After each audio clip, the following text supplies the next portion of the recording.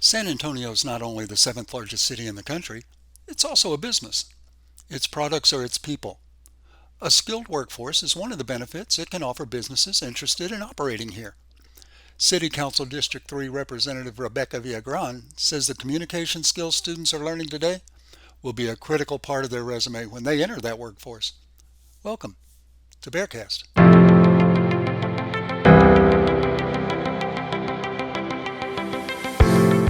I'm Randy Langford, and this is BexarCast, a weekly interview with business, political, education, and nonprofit leaders.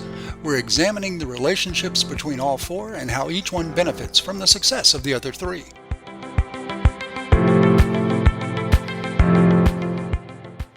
Born and raised on the south side of San Antonio, Councilwoman Rebecca Viagran has deep ties and a deep passion for her community. From an early age, her family instilled into her the value of serving others. Councilwoman Viagran graduated from Texas State University, where she earned a Bachelor of Science in Urban and Regional Planning. She went on to earn a master's degree in Public Administration at St. Mary's University. She has served on the San Antonio City Council since 2013 and was inducted into the San Antonio Women's Hall of Fame in 2019 for her service and leadership. Councilwoman Viagran, thank you for joining me. I appreciate you making the time.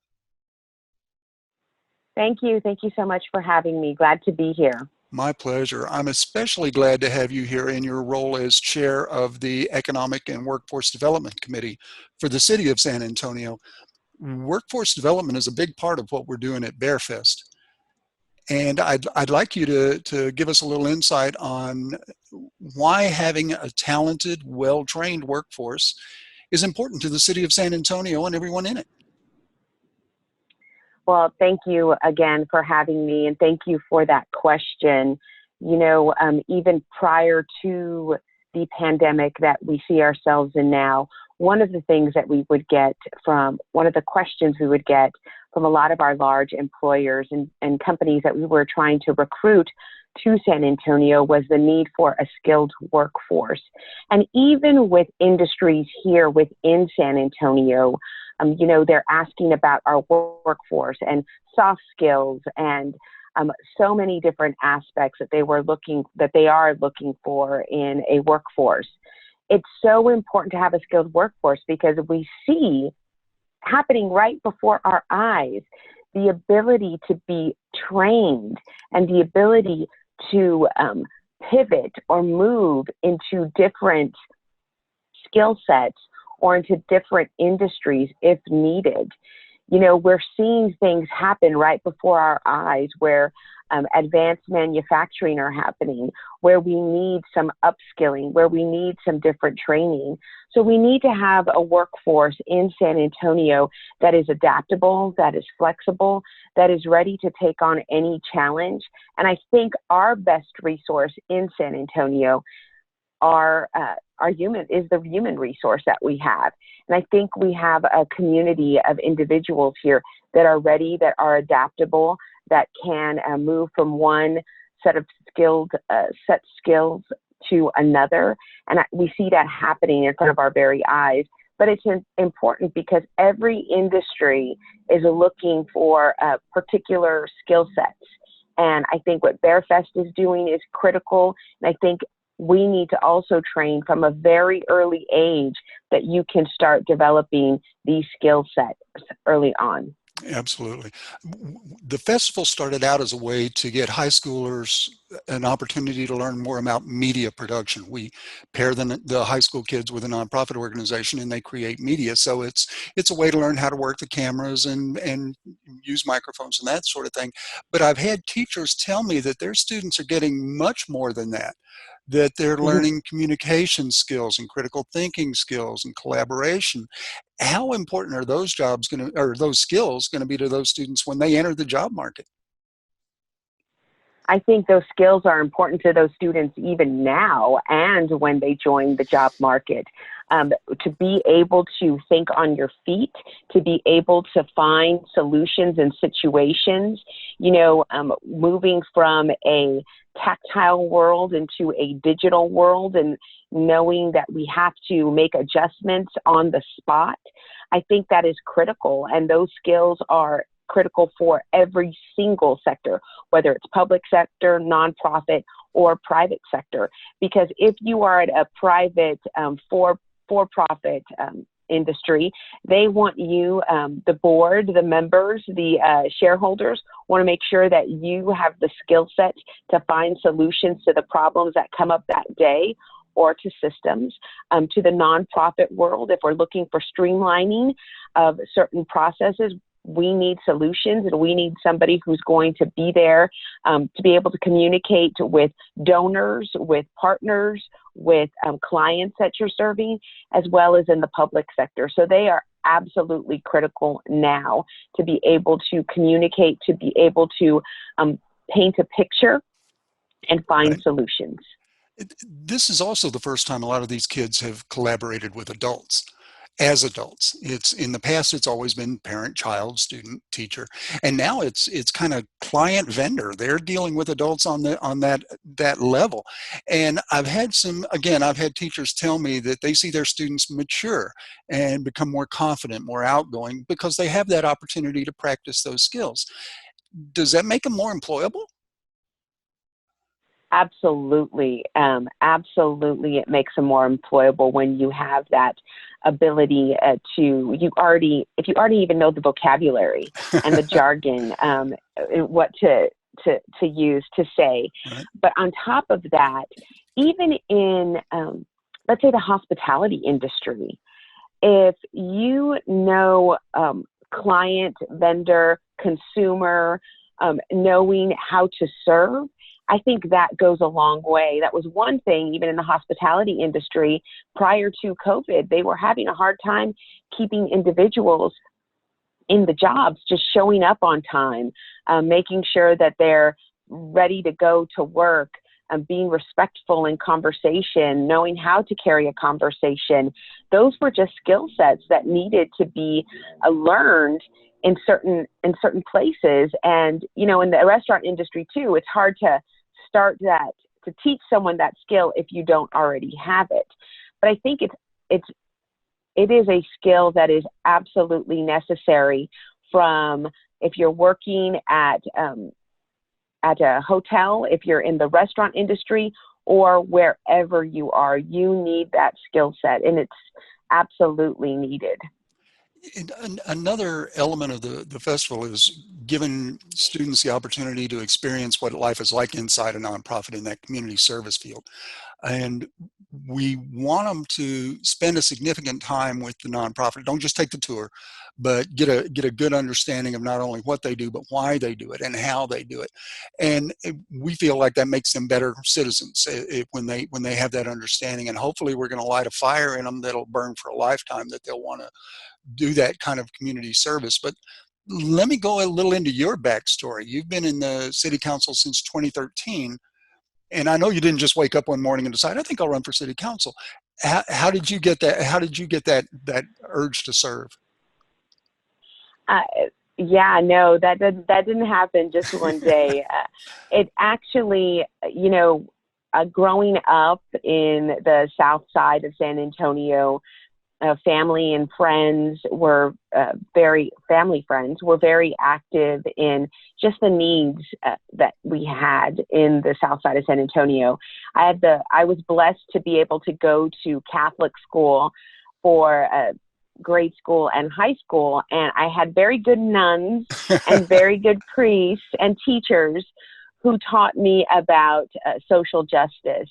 Now, I didn't know the term at the time, but I knew that it was all about serving the other. It was about community. You're not here by yourself. Right. You're here in service to others and to help your neighbor. So that stayed with me throughout my life, my upbringing.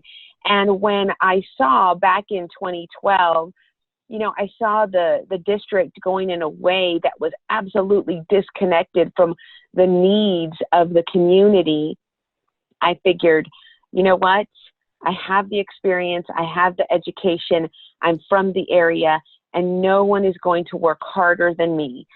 So if not me, then who? And I decided to run. I had to have support system with my family, and in my family, we have a large extended family too.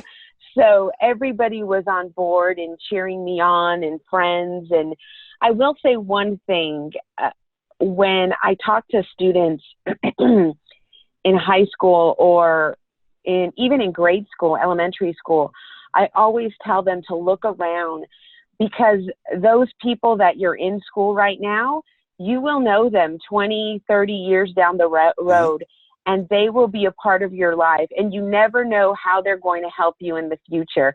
So I always get big eyes when the little kids, maybe in the third grade, look around and can't believe that they could possibly stay friends with some of these individuals. But it's absolutely what happens, and that's why it's important to always be kind to everyone that you are in class with, what have you, because you never know how it's going to come back around later on in life. Yeah, it's hard for a 10-year-old to imagine 20 years from now. It's twice as long as That I've been too. alive. I don't have no concept. Yes. Now, speaking of San Antonio and the extended family and the culture, this is the only place where an event like BexarFest happens. This is Puro San Antonio. We're it. And so far, we've had 60 schools participate in the festival, and they've made videos and photos and even original music. These kids are writing songs about nonprofit organizations for 120 nonprofits in and around San Antonio. What does that say about our city? I think it says, what I love about BexarFest is when it opens up that for our young people.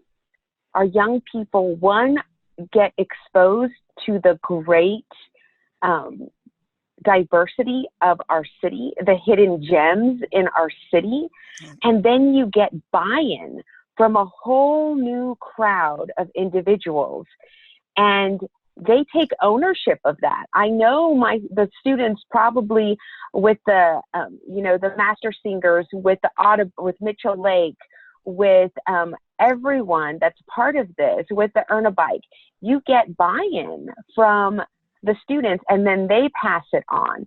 I think it holds the breath and the creativity that we have in the city, and the heart that we have to help one another, and to just find new things and outlets to be creative. When you think about it, it's pretty remarkable. And it's always impressive to me, the students, they're born into the technology. They're not afraid of the cameras and the phones and the lights and all that. That's fine. I do that every day. But they're not afraid to tell those stories. And we're not telling simple stories. There are some tough subjects that we're asking 16, 17, 8-year-olds to address.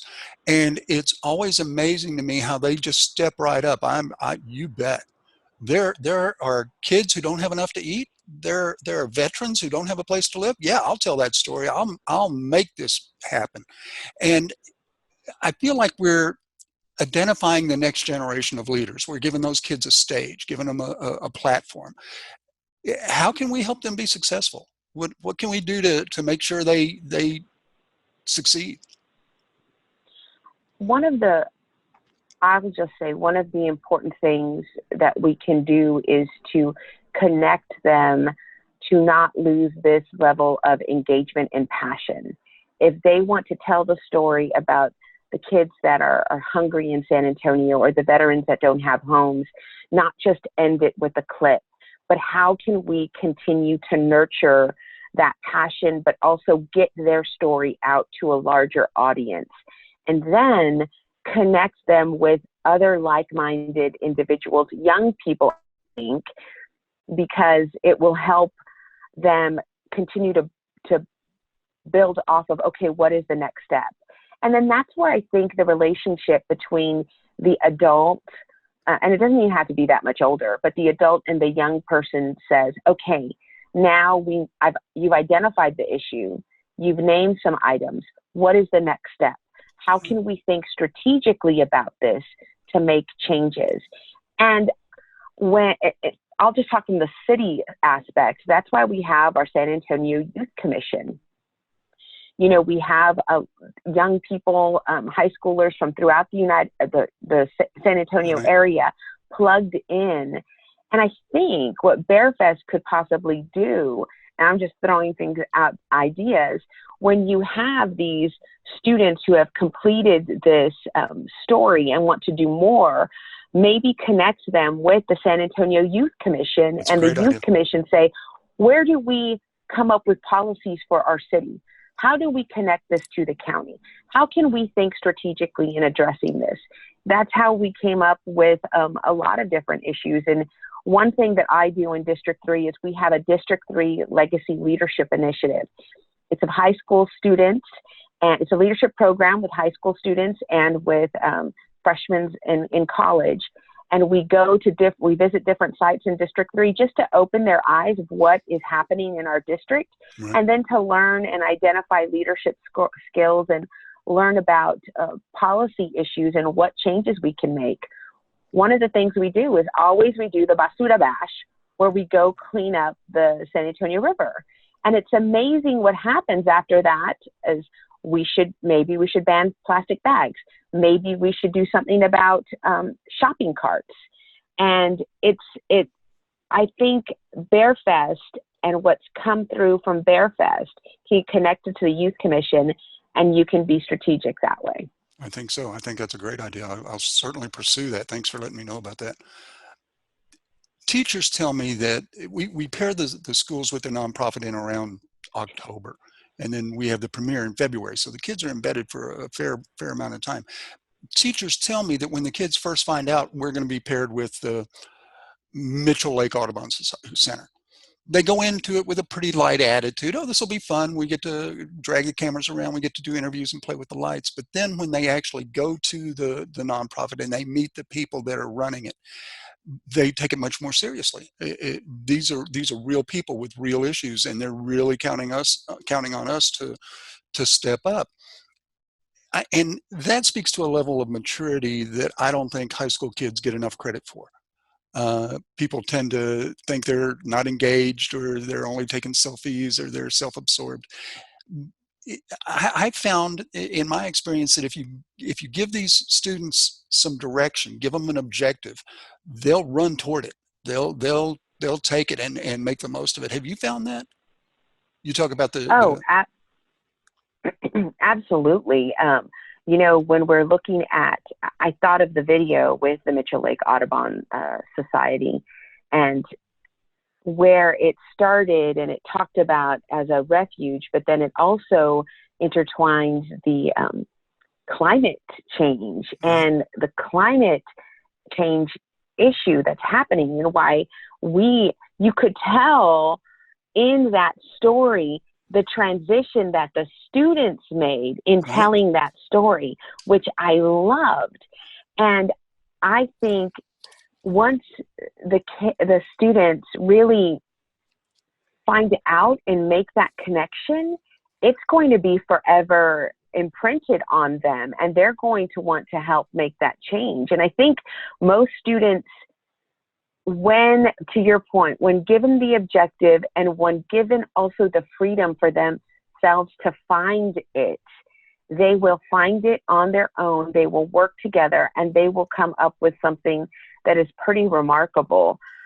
I really enjoyed all the videos that I saw, and I think our students now, they're ready. I mean, they're making change. You see it on every day on the news. Right. You see things that have pivoted from the March on Washington for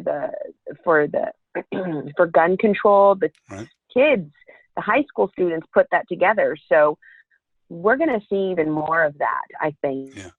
I'm loving what I'm seeing in San Antonio. That's great. And me too.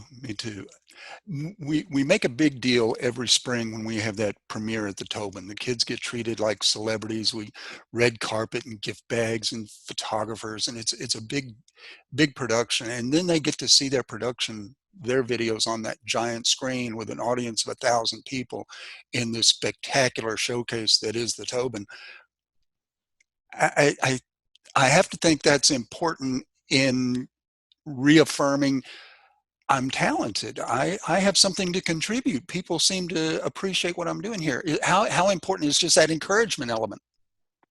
Oh, that encouragement element is critical and key, because it not only validates their work, it validates that sense of confidence that they have and encouragement, and it's going to springboard and be a catalyst to do even more and to go even farther.